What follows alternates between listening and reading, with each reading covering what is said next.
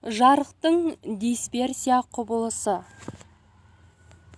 Жарықтың дисперсия құбылысын 1666 жылы Исаак Ньютон кездейсоқ байқаған. Ньютон телескоптарды жетілдіру жұмысымен шұғылдана отырып, объективтен шыққан кескіннің шеттері боялғанына көңіл аударды. Ол бұл құбылысты тамашалады да, тұңғыш рет жарық сәулелерінің алуан түрлі екендігін және бұған дейін ешкім ойламаған жарық түстерінің ерекшеліктерін зерттеді. Линзадан шыққан кескіннің кемпірқосақ түстеріне боялатыны әрине Ньютонға дейін де байқалған. Ал енді Ньютонның тәжірибесінің қарапайымдылығымен қоса бүкіл дүние жүзіне белгісіз бір құбылысты ашуға себеп болды. Ньютонның тәжірибесі өте қарапайым еді. Ол қараңғы бөлмеге призмаға көлденең шамасы қимасы кішкене жарық шоғын түсіруді ойлап тапты. Күннің жарық сәулесі терезе қақпағындағы кішкене тесік арқылы қараңғыланған үй ішіне жіберілді. Жарық шоғы шыны призмаға түсіп сынады да, қарсы қабырғаға кемпірқосақ түстерімен кезек боялған ұзарған кескін пайда болды. Ньютонның тәжірибесінен кемпірқосақтағы негізгі 7 түрлі түс ғасырларға боялған 7 түрлі түсті бөліп алды. Олар күлгін, көк, жасыл, сары, қызғылт сары және қызыл. Ал Ньютонның өзі түсті жолақтарды спектр деп атады.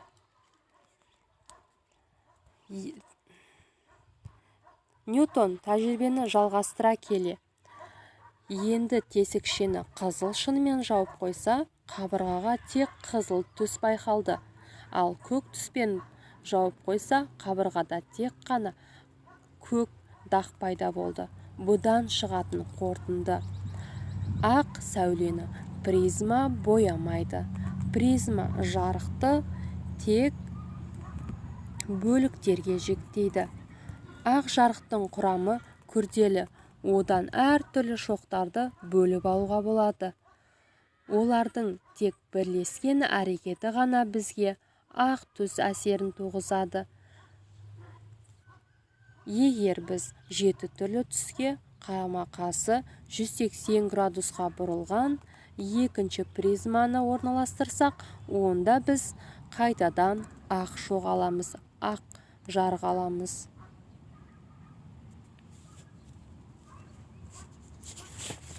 Ньютонның қорытындысына тоқталатын болсақ, түстерде айырмашылық бар. Сәулелер шоғы сыну дәрежесіне айырмашылық болады. Ең көп сынатын күлгін сәулелер, барлығынан аз сынатын қызыл сәулелер. Жарықтың көрсеткішінің жарық түсіне тәуелділігін дисперсия деп атаймыз. Сыну көрсеткіші жарықтың ішіндегі жылдамдығына тәуелді. Қызыл жарықты, қызыл түсті сәуле аз сынады. Зат ішіндегі жылдамдығы үлкен болғандықтан, ал егер күлгін түсті алатын болсақ, ол ең жылдамдығы төмен түске арналады. Ал қызыл түс жылдамдығы басқа түстерге қарағанда едәуір үлкен болғандықтан, біздің көзімізге тез байқалады. Сондықтан да күнделікті тұрмыста тыйым салынатын түстерге көбінесе қызыл түсті алады. Ал күлгін түс біздің көзімізге онша байқала бермейді.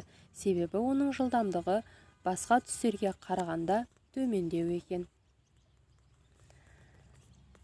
Сонымен қорыта келе, жарықтың дисперсиясы дегеніміз жарықтың сыну көрсеткішінің тербеліс жиілігіне немесе толқын ұзындығына тәуелділігін айтады екенбіз.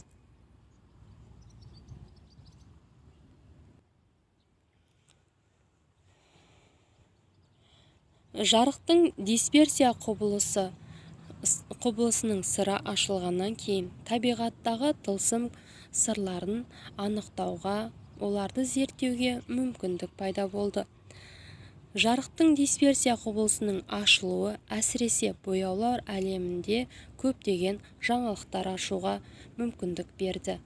Біз қарапайым мынадай тәжірибе жасауымызға болады. Ақ парақты алып, оған шеңбер сызамыз. Шеңбер арқылы оны қырқып алып тастаймыз.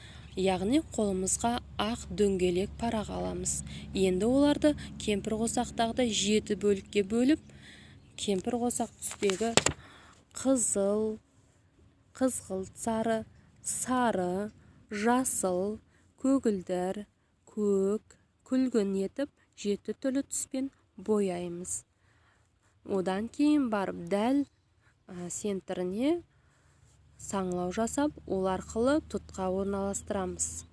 Кәдімгі батпырауық сияқты. Енді ақ парақты әртүрлі түстерге бояп алғаннан кейін, яғни кемпірқосақтағы 7 түрлі түске бояп алғаннан кейін, ақ парақты саңылауға орналасқан тұтқасы арқылы батпырауық сияқты айландыра бастаймыз.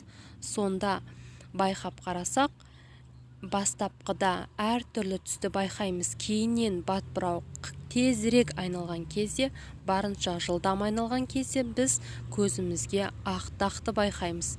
Бұдан шығатын қорытынды, біздің көзіміз батпырауық тез айналған сайын 7 түрлі түсті бөлек-бөлек көруге үлгермей қалады екен, көзімізге тек ақ түс болып байқалады екен. Жарықтың дисперсия құбылысының сырлары ашылған сайын көптеген жаңалықтар ашылды. Мысалы үшін, шөп және ағаштардың жапырақтары жасыл болып көрінетін себебі, өздеріне түскен күн сәулелерінің ішінен олар тек жасылдарын ғана шағылдырады, ал қалғандарын жұтып алады. Керісінше, қызыл гүлдердің біздің көзімізге қызыл болып көріну себебі, оған түскен 7 түрлі түстің ішінен тек қана қызыл түсті ғана шағылдырады да, қалған түстерді жұтып қояды. Сондықтан біздің көзімізге гүлдер қызыл болып көрінеді. Ал енді жапырақтар ше, олар күзде сарғаяды ғой деген сұрақ туындайтын болса, онда былай түсіндіреміз. Жапырақтар бастапқы кезде жасыл болу себебі, жаңа айтып өткенімдей, жапыраққа түскен күн сәулесінің тек қана жасыл түсін ғана шағылдырады да, ал қалғанын жұтып қояды. Ал күзге таман жапырақ құрамындағы хлорофилл азая бастайды да, енді жасыл түсті емес, сары түсті шағылдыра бастайды, ал қалған түстерді жұтып қояды. Енді жарықтың дисперсия құбылысы арқылы біз кемпірқосақты түсіндіріп көрейік. Кемпірқосақ табиғат құбылыстарындағы ең әсем құбылыстардың бірі. Бұл Нұх пайғамбардың алғашқы жерге аяқ басқан кезде енді жаңбыр жаумайды деген Алланың берген белгісі атты белгісі ретінде біздің тарихымызда аңыз болып қалған. Енді кемпірқосақ кезінде не үшін көкте ғаламат жолақ пайда болады? Осыған тоқталып көрейік. Егер бір нәрсені байқайтын болсақ, кемпірқосақ жаңбырдан кейін байқалады. Ол кезде міндетті түрде күн сәулесі шығып тұру керек. Яғни күн сәулесі шашырап түскен кезде айналаға жаңбыр тамшылары призманың рөлін атқарады екен. Ол кәдімгі жаңбыр тамшылары кристалл тәрізді, призма тәрізді өте мөлдір нәрсе. Жарықтан түскен сәулелер оған түсіп сынады да, біздің көзімізге әртүрлі түске жіктеліп, керемет кемпірқосақ пайда болады екен.